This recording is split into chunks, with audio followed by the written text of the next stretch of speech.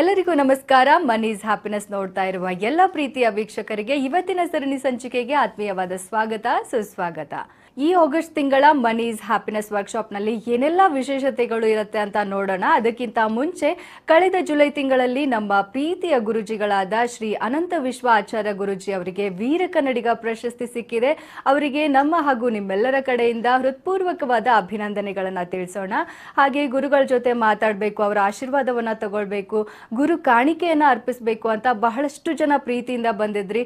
So ನಿಮ್ಮ ಪ್ರೀತಿ ಹಾಗೂ ಅಭಿಮಾನಕ್ಕೆ ಧನ್ಯವಾದಗಳನ್ನ ತಿಳಿಸ್ತೀನಿ. ಹಾಗೇನೆ ಗುರುಗಳು ಕಲಿಸಿರುವಂತಹ ವಿಶ್ವ ಮಂತ್ರ ತಂತ್ರವನ್ನ ಫಾಲೋ ಮಾಡಿ ಸಾಲ ತೀರಿಸಿದ್ದೀವಿ, ಆರೋಗ್ಯ ಕೂಡ ಸರಿ ಹೋಗಿದೆ, ಹೊಸ ಬಿಸ್ನೆಸ್ ನ ಸ್ಟಾರ್ಟ್ ಮಾಡಿದ್ದೀನಿ, ಲಾಭ ಬರ್ತಾ ಇದೆ, ಹಾಗೆ ಕೋರ್ಟ್ ಕೇಸ್ ಕೂಡ ನಮ್ಮ ಕಡೆ ಆಗಿದೆ ಅಂತ ಸಾಕಷ್ಟು ಜನ ನಿಮ್ಮ ಗೆಲುವಿನ ಅನುಭವಗಳನ್ನ ನಮ್ಮ ಜೊತೆಗೆ ತಿಳಿಸ್ಕೊಂಡಿದ್ದೀರಿ. ಸೊ ಬರ್ಬೇಕಾಗಿರೋ ಅಮೌಂಟ್ ಬಂದಿದೆ, ಸೈಡ್ ತಗೊಂಡ್ವಿ, ಮನೆ ಕಟ್ಸಿದೀವಿ ಅಂತ ನಿಮ್ಮ ಗೆಲುವಿನ ಅನುಭವಗಳನ್ನ ನಮ್ಮ ಜೊತೆಗೆ ಶೇರ್ ಮಾಡಿದ್ದೀರಾ. ಸೊ ಈ ಒಂದು ನಿಮ್ಮ ಜೀವನದ ಅನುಭವಗಳನ್ನ ನಮ್ಮ ಜೊತೆಗೆ ಹಂಚ್ಕೊಂಡಿರೋದಿಕ್ಕೆ ಸಾಕಷ್ಟು ಜನ ಯೂಟ್ಯೂಬ್ ಅನ್ನ ನೋಡ್ತಾ ಇರುವ ಕೋಟ್ಯಾಂತರ ಜನಕ್ಕೆ ನಿಮ್ಮ ಒಂದು ಗೆಲುವಿನ ಅನುಭವಗಳು ಅವರಿಗೆ ಸ್ಫೂರ್ತಿದಾಯಕವಾಗಿರುತ್ತೆ, ಪ್ರೇರಣೆಯಾಗಿರುತ್ತೆ, ಗೆಲುವಿನ ಹಾದಿಯಲ್ಲಿ ನಡೆಯೋದಕ್ಕೆ ಒಂದು ಸಾಕಷ್ಟು ಅನುಕೂಲಕರವಾಗಿರುತ್ತೆ. ಅಷ್ಟೇ ಅಲ್ಲ, ನೀವು ಪ್ರೀತಿಯಿಂದ ಗುರು ಕಾಣಿಕೆಗಳನ್ನ ಕೂಡ ಕೊಟ್ಟಿದ್ದೀರಾ. ನಿಮ್ಮೆಲ್ಲರಿಗೂ ಧನ್ಯವಾದಗಳು. ನಮ್ಮ ಗುರುಗಳು ಯಾವಾಗ್ಲೂ ಒಂದು ಮಾತನ್ನ ಹೇಳ್ತಾ ಇರ್ತಾರೆ, ನೀವು ಕೊಡುವಂತಹ ನಿಜವಾದ ಗುರು ಕಾಣಿಕೆ ಅಂದ್ರೆ ನೀವೆಲ್ಲರೂ ನ್ಯಾಯದ ದಾರಿಯಲ್ಲಿ, ಸತ್ಯದ ದಾರಿಯಲ್ಲಿ, ಹಾಗೇನೆ ಧರ್ಮದ ದಾರಿಯಲ್ಲಿ ಶ್ರೀಮಂತರಾಗಬೇಕು. ಹಾಗೆ ಶ್ರೀಮಂತರು ಆಗೋದು ನಮ್ಮೆಲ್ಲರ ಹಕ್ಕು ಮತ್ತು ಕರ್ತವ್ಯ ಅಂತ. ಸೊ ಖಂಡಿತವಾಗ್ಲೂ ನಾವೆಲ್ಲರೂ ಗುರುಗಳು ಹೇಳ್ದಂತೆ ನ್ಯಾಯಯುತವಾಗಿ ಧರ್ಮದ ದಾರಿಯಲ್ಲಿ ಹಾಗೆ ಸತ್ಯದ ದಾರಿಯಲ್ಲಿ ಶ್ರೀಮಂತರಾಗೋಣ. ನಮ್ಮ ಹಕ್ಕು ಮತ್ತು ಕರ್ತವ್ಯಗಳನ್ನ ಪರಿಪಾಲಿಸೋಣ. ನಮ್ಮ ಮುಂದಿನ ಕ್ಲಾಸ್ ಇದೇ ಆಗಸ್ಟ್ ತಿಂಗಳ 25ನೇ ತಾರೀಕು ಅಂದ್ರೆ ಕೊನೆಯ ಭಾನುವಾರ ಇರುತ್ತೆ. ಈ ಕ್ಲಾಸ್ನ ವಿಶೇಷತೆಗಳು ಏನು ಅಂತ ಅಂದ್ರೆ ಸಾಲಗಳನ್ನ ಸುಲಭವಾಗಿ ತೀರಿಸುವ ವಿಶೇಷ ತಂತ್ರವನ್ನ ಗುರುಗಳು ನಮ್ಮ ಜೊತೆಗೆ ತಿಳಿಸ್ಕೊಡ್ತಾ ಇದ್ದಾರೆ.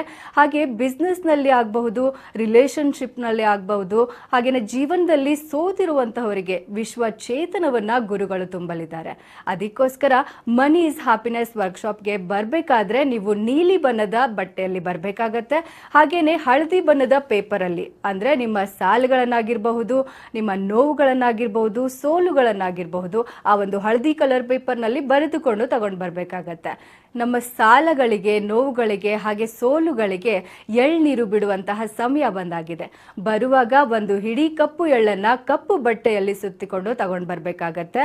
ಎಲ್ಲರೂ ಮಾಡಬಹುದಾದಂತಹ ಸರಳವಾದ ಇನ್ವೆಸ್ಟ್ಮೆಂಟ್ ಹಾಗೆ ಕಡಿಮೆ ಇರುವಂತಹ ಒಂದು ಬಿಸ್ನೆಸ್ ಐಡಿಯಾವನ್ನು ಗುರುಜಿ ಅವರು ಆ ವರ್ಕ್ಶಾಪ್ ನಲ್ಲಿ ನಮ್ಮ ಜೊತೆಗೆ ಹಂಚ್ಕೊಳ್ತಾ ಇದ್ದಾರೆ. ಅಂದ್ರೆ 0% ಇನ್ವೆಸ್ಟ್ಮೆಂಟ್ ಅಲ್ಲಿ ಯಾವ ರೀತಿಯಾಗಿ ಒಂದು ಬಿಸ್ನೆಸ್ ಅನ್ನ ಮಾಡಿ ಒಂದು ತಿಂಗಳಿಗೆ 3 ಲಕ್ಷಕ್ಕೂ ಅಧಿಕವಾದ ಲಾಭವನ್ನ ಪಡೆಯುವಂತಹ ಸುಲಭವಾದ ಉಪಾಯಗಳನ್ನ ನಮಗೆ ಗುರುಜಿ ಅವರು ಆ ಒಂದು ವರ್ಕ್ಶಾಪ್ ನಲ್ಲಿ ಹೇಳ್ಕೊಡ್ತಾ ಇದ್ದಾರೆ. ಸೊ ವಿಶೇಷವಾಗಿ ಹೆಣ್ಣು ಮಕ್ಕಳಿಗೋಸ್ಕರ ಈ ಒಂದು ಬಿಸ್ನೆಸ್ ನ ಉಪಾಯವನ್ನ ಹೇಳ್ಕೊಡ್ತಾ ಇದ್ದಾರೆ. ಈ ಎಲ್ಲಾ ವಿಶೇಷತೆಗಳ ಜೊತೆಗೆ ಎಂದಿನಂತೆ ವಿಶ್ವ ಮನಿ ಮೆಡಿಟೇಷನ್ ಅನ್ನ ಹಾಗೆ ವಿಶ್ವ ಧನ ಸೂತ್ರವನ್ನ ಮತ್ತು ಹಣವೇ ನಮಗೆ ಆಕರ್ಷಣೆ ಆಗೋದಕ್ಕೆ ಬೇಕಾದಂತಹ ವಿಶ್ವ ರಹಸ್ಯಗಳನ್ನ ಗುರುಜಿ ಅವರು ನಮ್ಮ ಜೊತೆಗೆ ತಿಳಿಸ್ಕೊಡ್ತಾ ಇದ್ದಾರೆ. ಹಾಗೇನೆ ಇವೆಲ್ಲದಕ್ಕಿಂತ ಹೆಚ್ಚಾಗಿ ಹಿಮಾಲಯದ ವಿಶ್ವ ಶಕ್ತಿ ಸಿದ್ಧಿಯನ್ನ ಗುರುಗಳು ವಿಶ್ವ ಆಶೀರ್ವಾದವನ್ನ ಮಾಡಿ ಚೈತನ್ಯ ತುಂಬಲಿದ್ದಾರೆ. ನಮ್ಮೊಂದಿಗೆ ಇದ್ದಾರೆ ಹಿಮಾಲಯದಲ್ಲಿ ಅಖಂಡ ತಪಸ್ಸನ್ನ ಮಾಡಿ ವಿಶ್ವ ಶಕ್ತಿ ಸಿದ್ಧಿಯನ್ನ ಪಡೆದುಕೊಂಡವರು, ಸಾಲದ ಸುಳಿಗೆ ಸಿಲುಕಿದ ಜನರಿಗೆ ಆಸರೆಯ ದಾರಿ ತೋರಿದವರು, ಫಿನಾನ್ಷಿಯಲ್ ಪ್ಲಾನರ್, ಸೇವಿಂಗ್ಸ್ ಹಾಗೆ ಇನ್ವೆಸ್ಟ್ಮೆಂಟ್ ತಜ್ಞರು, ಭೂ ವಾಸ್ತು ದೋಷ ನಿವಾರಕರು, ಪ್ರೇತ ದೋಷ ಉಚ್ಚಾಟಕರು, ಲಕ್ಷಾಂತರ ಜನರ ಬದುಕಿನಲ್ಲಿ ಪರಿವರ್ತನೆಯನ್ನ ತಂದುಕೊಟ್ಟಂತಹ Brahmastra of wealth, 360 degree of wealth, wealth tracker, ಕರ್ಮ ದೋಷ, ಸಕಲ ದೋಷಗಳನ್ನ ಸುಲಭವಾಗಿ ಪರಿಹಾರ ಮಾಡುವಂತವರು, ಮನಿ ಬ್ಲೂ ಪ್ರಿಂಟ್ ನಂತಹ ಅದ್ಭುತ ಪುಸ್ತಕಗಳ ಬರಹಗಾರರು. ನಮಸ್ಕಾರ ಗುರುಜಿ, ಕಾರ್ಯಕ್ರಮಕ್ಕೆ ಆತ್ಮೀಯವಾದ ಸ್ವಾಗತ. ನಮಸ್ತೆ ಲಕ್ಷ್ಮಿ, ಮತ್ತು ನಮಸ್ತೆ ನನ್ನ ಎಲ್ಲ ಪ್ರೀತಿಯ ಆಗರ್ಭ ಶ್ರೀಮಂತ ದೇವರುಗಳಿಗೆ. ಸರ್ವೇ ಜನ ಸುಖಿನೋ ಭವಂತು, ಸರ್ವೇ ಸಂತು ನಿರಾಮಯಃ, ಸರ್ವೇ ಭದ್ರಾಣಿ ಪಶ್ಯಂತು, ಮಾ ಕಶ್ಚಿತ್ ದುಃಖ ಭಾಗ ಭವೇತ್, ಅಹಂ ಬ್ರಹ್ಮಸ್ಮಿ. ಸೊ ಗುರುಗಳೇ, ಇವಾಗ ಒಂದು ಪ್ರಶ್ನೆ ಇದೆ ನನ್ನ ಹತ್ರ. ಅಂದರೆ ಲೈಕ್ ಜೀವನದಲ್ಲಿ ನಾವು ಸಾಕಷ್ಟು ಡಿಸಿಷನ್ಸ್ಗಳನ್ನ ಮಾಡ್ತೀವಿ. ಒಂದಾದಮೇಲೆ ಒಂದು ನಾವು ಡಿಸಿಷನ್ ತೊಗೋಬೇಕಾದ್ರೆ ನಾವು ಎಡುತ್ತಾ ಹೋಗ್ತೀವಿ. ಸೊ ಯಾವ ರೀತಿಯಾಗಿ ನಾವು ಕೂಡ ಬಿಸ್ನೆಸ್ನ ಮಾಡಿದ್ರೆ ಪ್ರಾಫಿಟ್ ತಗೊಳ್ಬೇಕು, ಹಾಗೆ ಜೀವನದಲ್ಲಿ ಸಾಕಷ್ಟು ಲಾಭದಾಯಕವಾದ ಚಾಯ್ಸಸ್ ಮಾಡೋದು ಯಾವ ಥರ ಅಂತ? ಸೊ ಸಿ ಲೈಫ್ ಅಂತಂದರೆ end of the day all of us will make lot of decisions. So ನಿರ್ಣಯಗಳು ತುಂಬ ಮುಖ್ಯವಾಗಿರುತ್ತೆ. ವಿಶೇಷವಾಗಿ ಈ ಫೈನಾನ್ಸ್ ವಿಚಾರಕ್ಕೆ ಬಂದಾಗ ಅಥವಾ ಜೀವನ ವಿಚಾರಕ್ಕೆ ಬಂದಾಗ, ಬಿಸ್ನೆಸ್ ವಿಚಾರಕ್ಕೆ ಬಂದಾಗ ಈ ನಿರ್ಣಯಗಳು ಅನ್ನುವಂಥದ್ದು, ಚಾಯ್ಸ್ ಮೇಕಿಂಗ್ ಅನ್ನುವಂಥದ್ದು ತುಂಬ ತುಂಬ ಇಂಪಾರ್ಟೆಂಟ್ ಆಗಿರುತ್ತೆ.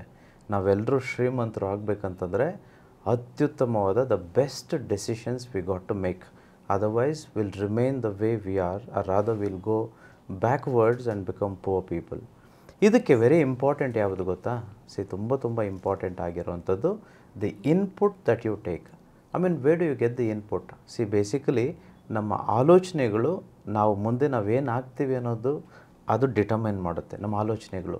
ಈಗ ಆಲೋಚನೆಗಳು, ಒಳ್ಳೆಯ ಆಲೋಚನೆಗಳು ಅಥವಾ ಧನಾತ್ಮಕತೆಯುಳ್ಳ ಆಲೋಚನೆಗಳು ಬರಬೇಕು ಅಂತಂದರೆ ನಾವು ಇನ್ಪುಟ್ಸ್ ತೆಗೆದುಕೊಳ್ತೇವೆ. ಯಾವ ಇನ್ಪುಟ್ಸು? ಯಾವುದೆಲ್ಲ ನಮ್ಮ ಬಾಡಿಯಲ್ಲಿ ಅಥವಾ ನಮ್ಮ ಈ ಯೂನಿವರ್ಸಲ್ಲಿ ಯಾವುದ್ರ ಮೂಲಕ ಇನ್ಪುಟ್ಸ್ ಬರುತ್ತೆ? That's the key.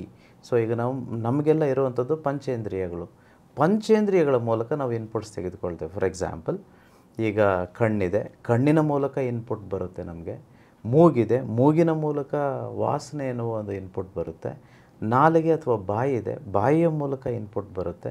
ಕಿವಿ ಇದೆ, ಕೇಳುವ ಮೂಲಕ, ಶ್ರವಣದ ಮೂಲಕ ನಮಗೆ ಇನ್ಪುಟ್ ಬರುತ್ತೆ. ಹಾಗೆ ಚರ್ಮ ಇದೆ, ಸೆನ್ಸ್, ಈ ಟಚ್ಚಿಂದ ಮತ್ತೆ ಇನ್ಪುಟ್ ಬರುತ್ತೆ. ಇವತ್ತು ಒಂದು ವಿಚಾರದ ಬಗ್ಗೆ, ಒಂದು ಇನ್ಪುಟ್ಟಿನ ಬಗ್ಗೆ, ವಿಶೇಷವಾಗಿ ಈ ಬಾಯಿ, ನಾಲಿಗೆಯ ಇನ್ಪುಟ್ ಏನಿದೆಯೋ ಅದು ಹೆಚ್ಚು ನಿರ್ಣಯಗಳನ್ನು ಮಾಡುವಲ್ಲಿ ಹೆಲ್ಪ್ ಮಾಡುತ್ತೆ. ಅದರ ಬಗ್ಗೆ ನಾವು ಡಿಸ್ಕಸ್ ಮಾಡೋಣ. ಈಗ ನನ್ನ ಬಗ್ಗೆ ನೀವು ಇಂಟ್ರೊಡ್ಯೂಸ್ ಮಾಡಿದ್ರೆ, ಈಗಾಗಲೇ ಹಿಮಾಲಯಕ್ಕೆ ಹೋಗಿ ತಪಸ್ಸು ಮಾಡಿ ಎಲ್ಲ ಬಂದಿದ್ದೀವಿ ಅಂತಂತೇಳಿ. ಏನಾಗುತ್ತೆ ಹಿಮಾಲಯಕ್ಕೆ ಹೋದರೆ? Basically you cut down all your inputs. It's like you go there, what you see is just the ice caps. So ಎಲ್ಲಿ ನೋಡಿದರೂ ಬಿಳಿಯ ಬಣ್ಣ, ನಿಮಗೆ ಬಣ್ಣ ಅನ್ನೋದೇ ಇರೋದಿಲ್ಲ. So you are not getting lot of inputs ನಿಮಗೆ ಸಿಗ್ತಿರಲ್ಲ, because you are not seeing a mobile phone. I mean there is no connectivity.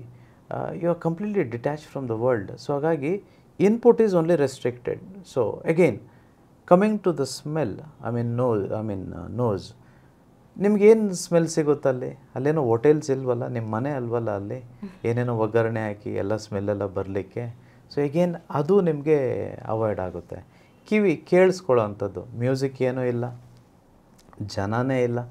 ಇಲ್ಲೂ ಬೆಂಗಳೂರು ಅಥವಾ ನಮ್ಮೂರೋ ಯಾರೋ ಕಿತ್ತಾಡ್ತಿರ್ತಾರೆ, ಗಟ್ಟಿಯಾಗಿ ಸೌಂಡ್ ಕೇಳಿಸ್ತಿರುತ್ತೆ, ಟ್ರಾಫಿಕ್ಕು ಅದು ಇದು ಅಂತಂತೇಳಿ. ಅಲ್ಲಿ ಎಂಥದೂ ಇಲ್ಲ. So then coming to the taste.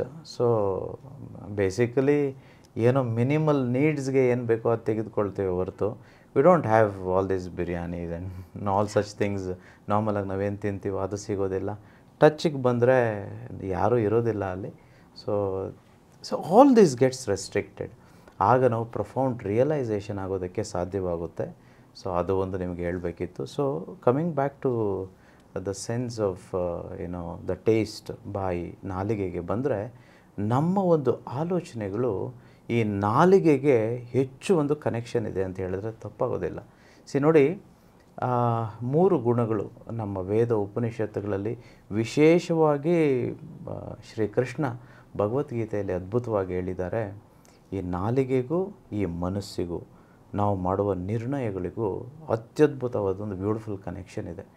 So ಗುಣಗಳಿಗೆ ಹೋದರೆ 3 ಗುಣಗಳು.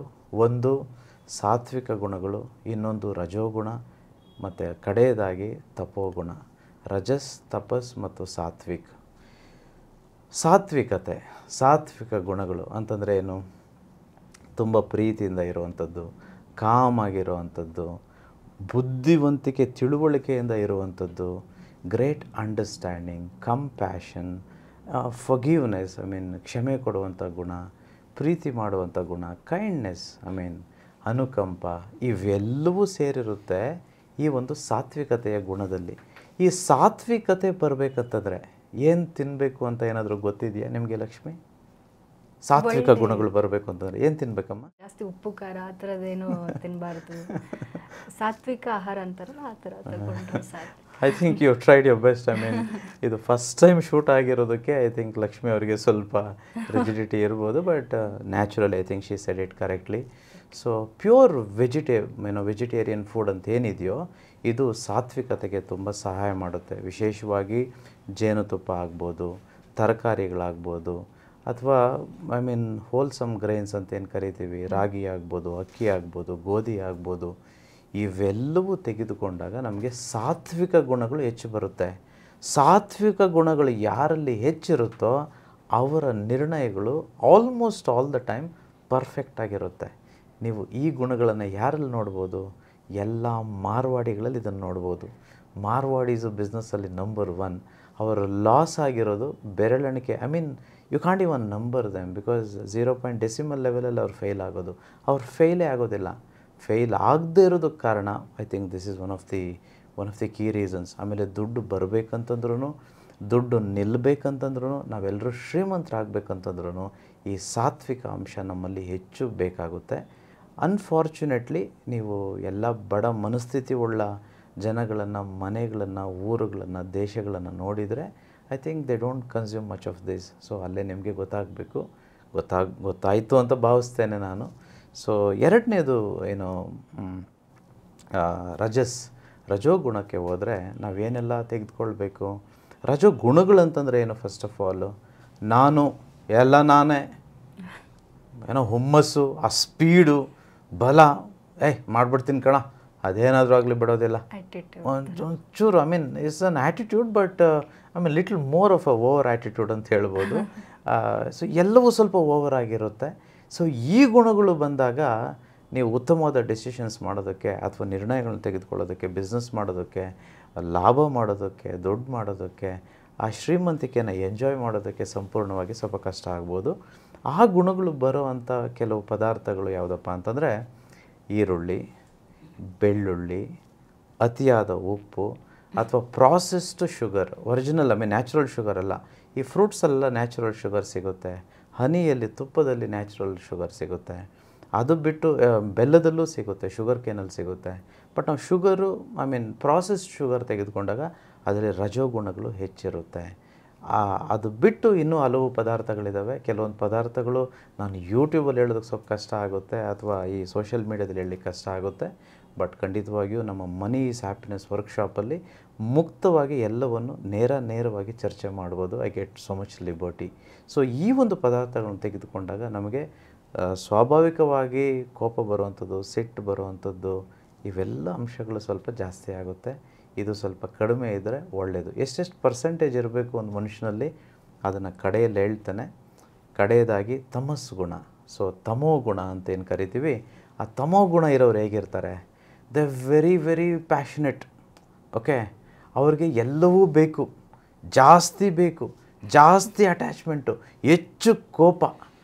ಎಲ್ಲರೂ ಹೇಳ್ತಾರೆ ನೋಡಿ, ನಾನೆಲ್ಲ ಏನು ನೇರ ನೋಡಿ, ನಾನು ಏನು ಮುಚ್ಚುಮರೆ ಇಟ್ಕೊಳ್ಳಲ್ಲ, ನಾನು ಹೇಳ್ಬಿಡ್ತೀನಿ. ಏನೋ ಕೋಪ ಬಂತ ಏನು ಒಳಗಡೆ ಇಟ್ಕೊಳ್ಳಲ್ಲ, ಹೇಳ್ಬಿಡ್ತೀನಿ. ಸ್ಟ್ರೈಟ್ ಫಾರ್ವರ್ಡ್ ಅಂತ ಏನು ಹೇಳ್ತೀವಲ್ವ, ಆ ರೀತಿ ಇರ್ತಾರೆ.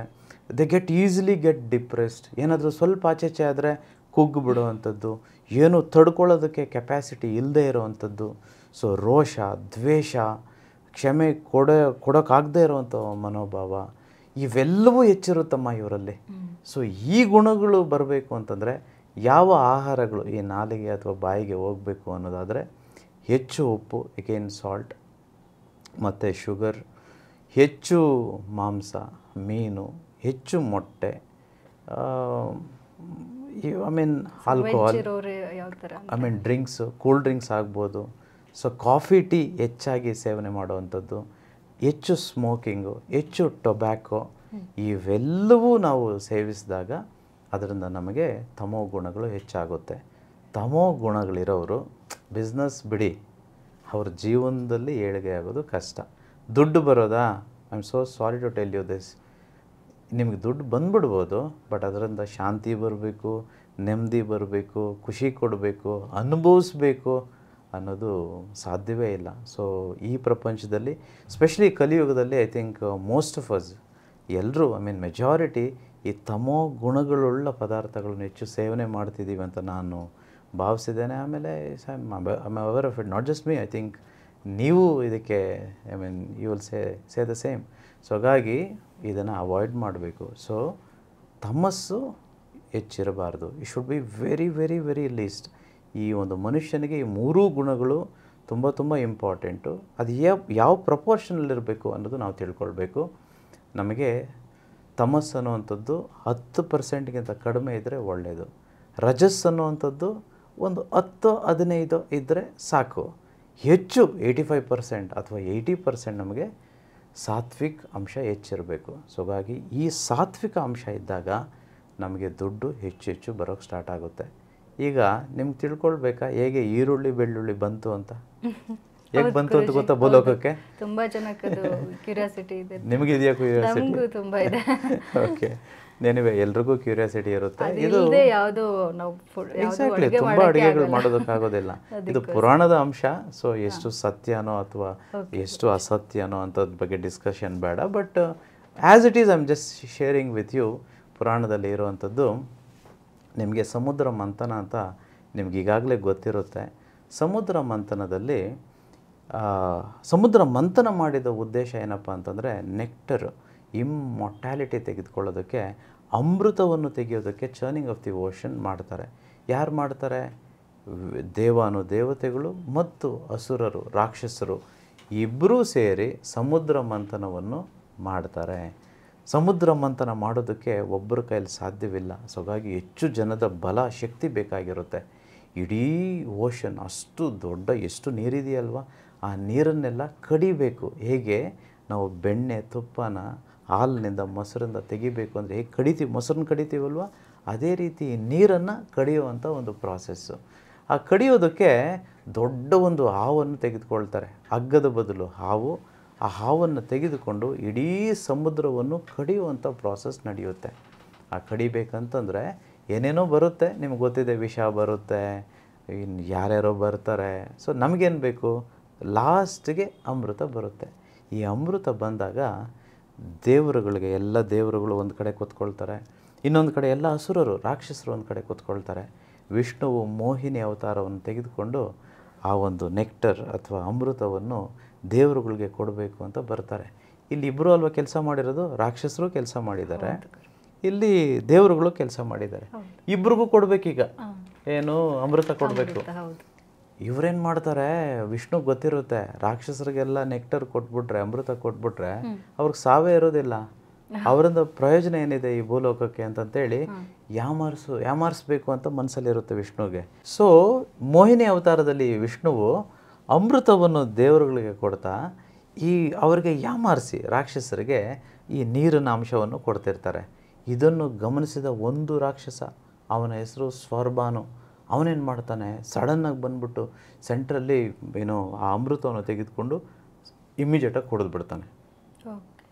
ಆ ಕುಡಿದಂಥ ಸಂದರ್ಭದಲ್ಲಿ ವಿಷ್ಣುವು ತನ್ನ ಸುದರ್ಶನ ಚಕ್ರವನ್ನು ಬಳಸಿ ಅವನ ಶಿರವನ್ನು ಛೇದಿಸಿಬಿಡ್ತಾನೆ. ಆ ಶಿರವು ಅವನ ತಲೆ ಒಂದು ಕಡೆಗೆ ಹೋದರೆ ಅವನ ಇಡೀ ಬಾಡಿ, ಈ ಮೈ ಏನಿದೆಯೋ ಇನ್ನೊಂದು ಕಡೆ ಹೊರಟೋಗುತ್ತೆ. ಆ ಒಂದು ಶಿರವನ್ನು, ಆ ಒಂದು ಭಾಗ, ದೇಹವನ್ನು ಇವತ್ತು ನಾವೇನು ಕರಿತೀವಿ ಗೊತ್ತಾ? ತಲೆನ ರಾಹು ಅಂತಂದರೆ ಬಾಡಿನ ಕೇತು ಅಂತಂತ ಹೇಳ್ತೀವಿ. ಅದೇ ರಾಹು ಕೇತು. ಈ ಪ್ರಾಸೆಸ್ಸಲ್ಲಿ ಏನಾಗುತ್ತೆ ಗೊತ್ತಾ? ಆ ಕುಡಿದಿರ್ತಕ್ಕಂಥ ನೆಕ್ಟರ್ ಏನಿದೆಯೋ, ಅಮೃತ ಏನಿದೆಯೋ, ಕಂಪ್ಲೀಟಾಗಿ ಅವನ ಬಾಡಿ ಒಳಗಡೆ ಹೋಗಿರಲ್ಲ, ಒಂಚೂರು ಹೋಗಿರುತ್ತೆ. ಅದಕ್ಕೆ ಅವನು ಸಾವು ಬರಲ್ಲ ಅವನಿಗೆ, ರಾಕ್ಷಸನಿಗೆ. ಬಾಡಿ ಮತ್ತು ತಲೆ ಒಂದೊಂದು ಭಾಗಕ್ಕೆ ಹೊರಟೋದ್ರೂ ಅವನು ಬದುಕಿರ್ತಾನೆ. ಆ ಒಂದು ಪ್ರಾಸೆಸ್ಸಲ್ಲಿ ಆ ಒಂದು ಅಮೃತದ ಅಂಶ ನೆಲಕ್ಕೆ ಬೀಳುತ್ತೆ. ಆ ನೆಲಕ್ಕೆ ಬಿದ್ದಿರ್ತಕ್ಕಂಥ ಅಂಶವೇ ಇವತ್ತು ನಾವು ಬಳಸುವಂಥ ಈರುಳ್ಳಿ ಮತ್ತು ಬೆಳ್ಳುಳ್ಳಿ. ಈ ಈರುಳ್ಳಿ ಬೆಳ್ಳುಳ್ಳಿಯಲ್ಲಿ ಅಮೃತದ ಅಂಶ ಇರೋದಕ್ಕೆ ಒಳ್ಳೆಯ ಆರೋಗ್ಯದ ಒಂದು ಗುಣಗಳು ಹೆಚ್ಚಿದ್ದಾವೆ. ಅದರ ಜೊತೆ ಆ ಒಂದು ಸ್ವರ್ಭಾನು ರಾಕ್ಷಸನ ಬಾಯಿಂದ ಗಂಟಲಿನಿಂದ ಹೋಗಿದ್ದಕ್ಕೆ ರಾಕ್ಷಸ ಅಂಶಗಳು ಹೆಚ್ಚಿದ್ದಾವೆ. ಅದಕ್ಕೋಸ್ಕರ ಕೆಲವೊಂದು ಪಂಗಡಗಳು, ವಿಶೇಷವಾಗಿ ನೀವು ಮಾರ್ವಾಡಿಗಳನ್ನ ಗಮನಿಸಿದ್ರೆ, ಅವರು ಈ ಈರುಳ್ಳಿ ಅಥವಾ ಬೆಳ್ಳುಳ್ಳಿ, ಗಾರ್ಲಿಕ್ ಮತ್ತು ಆನಿಯನ್ನ ಸೇವಿಸುವುದಿಲ್ಲ. Because of that very purpose. So ನಾವು ತಮಸ್ ಗುಣಗಳಿರೋರನ್ನ ನೀವು ನೋಡಿದರೆ ಹೆಚ್ಚು, ನೀವು ಜಸ್ಟ್ ಕ್ಯಾಶುವಲಿ ಅಬ್ಸರ್ವ್ ಮಾಡಿ, ಹೋಟೆಲ್ಗೆ ಹೋದಾಗಲಿ ಮನೆಯಲ್ಲಾಗಲಿ, ಈರುಳ್ಳಿ ಸ್ವಲ್ಪ ಬೆಳ್ಳುಳ್ಳಿ ಜಾಸ್ತಿ ಹಾಕ್ರಪ್ಪ ಒಗ್ಗರಣೆಗೆ, ಕರೆಕ್ಟ್ ಅಮ್ಮ? ನೋಡಿದ್ದೀರಲ್ವ ನೀವು Lakshmi? So that is how it will be. So ಇದು ಒಂದು we are consciously we need to work. Very important with regard to food. In fact ನಾವು ಬಡ ಮನಸ್ಥಿತಿ ಉಳ್ಳ ಫ್ಯಾಮಿಲಿಗಳನ್ನು ಅಥವಾ ರಾಜ್ಯ ದೇಶಗಳನ್ನು ನೀವು ನೋಡಿದರೆ ಹೆಚ್ಚು ಜಗಳಗಳು ನಮ್ಮ ಮನೆಯಲ್ಲಾಗೋದು ಊಟದ ವಿಚಾರದಲ್ಲೇ ಇರುತ್ತೆ ನೋಡಿ. ಹೌದು ಗುರುಜಿ. ಯಾ ಸೊ ಇವ್ರು ಕಿತ್ತಾಡ್ತಿರ್ತಾರೆ ನೋಡಿ, ಊಟ ಲೇಟಾಗಿ ಬಂದರು, ಉಪ್ಪು ಜಾಸ್ತಿ ಆದರು, ಉಪ್ಪು ಕಡಿಮೆ ಅಂತಂದರು, ಸ್ವೀಟ್ ಜಾಸ್ತಿ ಆಯಿತು, ಸ್ವೀಟ್ ಕಡಿಮೆ ಆಯಿತು. ಈ ಬರೀ ಪಂಚೇಂದ್ರಿಯಗಳನ್ನೇ ನಾವು ಕಂಟ್ರೋಲ್ ಮಾಡೋದಕ್ಕೆ, ಊಟನೇ ಕಂಟ್ರೋಲ್ ಮಾಡೋಕ್ಕೆ ಗೊತ್ತಿಲ್ಲದಿದ್ದರೆ ಇನ್ನು ಆಲೋಚನೆಗಳು ಎಲ್ಲಿ ಕಂಟ್ರೋಲ್ ಮಾಡ್ತೀವಿ, ಇನ್ನು ಬಿಸ್ನೆಸ್ ಎಲ್ಲಿ ಮಾಡ್ತೀವಿ, ಇನ್ನೆಲ್ಲಪ್ಪ ದುಡ್ಡು ಬರುತ್ತೆ, ಇನ್ನೆಲ್ಲ ಲಕ್ಷ್ಮಿ ಬರ್ತಾಳೆ, ಅದೆಲ್ಲ ಮರೀಚಿಕೆ ಆಗಿಬಿಡುತ್ತೆ. ಹಾಗಾಗಿ ಇದನ್ನೆಲ್ಲ ಸೈಡ್ಗೆ ಇಟ್ಬಿಡ್ಬೇಕು. ಒಂದಿನ ಊಟ ಸಿಗಲ್ವಾ, so what, you don't die man. ಒಂದಿನ ನಿದ್ದೆ ಸಿಗಲ್ವಾ, ಇಟ್ಸ್ ಓಕೆ ಮ್ಯಾನ್. ಸೊ ಹಾಗಾಗಿ such things we have to just forgo for a greater purpose, greater cause. So ಈ ಬಡ ಮನಸ್ಥಿತಿ ಉಳ್ಳವ್ರಿಗೆ ಇದರಲ್ಲೇ ಇರುತ್ತಮ್ಮ ಜಗಳಗಳು, ಯಾವತ್ತೂ ಇದರಲ್ಲೇ ಇರ್ತಾರೆ. ಇನ್ನೆಲ್ಲಿ ಮೋಕ್ಷ, ಇನ್ನೆಲ್ಲಿ ಲಕ್ಷ್ಮಿ, ಇನ್ನೆಲ್ಲಿ ಶ್ರೀಮಂತಿಕೆ, ಬೇರೆ ಬೇಡಿಕೆಗಳಿಗೆ ಅವ್ರಿಗೆ ಇದನ್ನೇ ಇರಲ್ಲ. I mean, absolutely no. I mean, they will be stick on to all such things.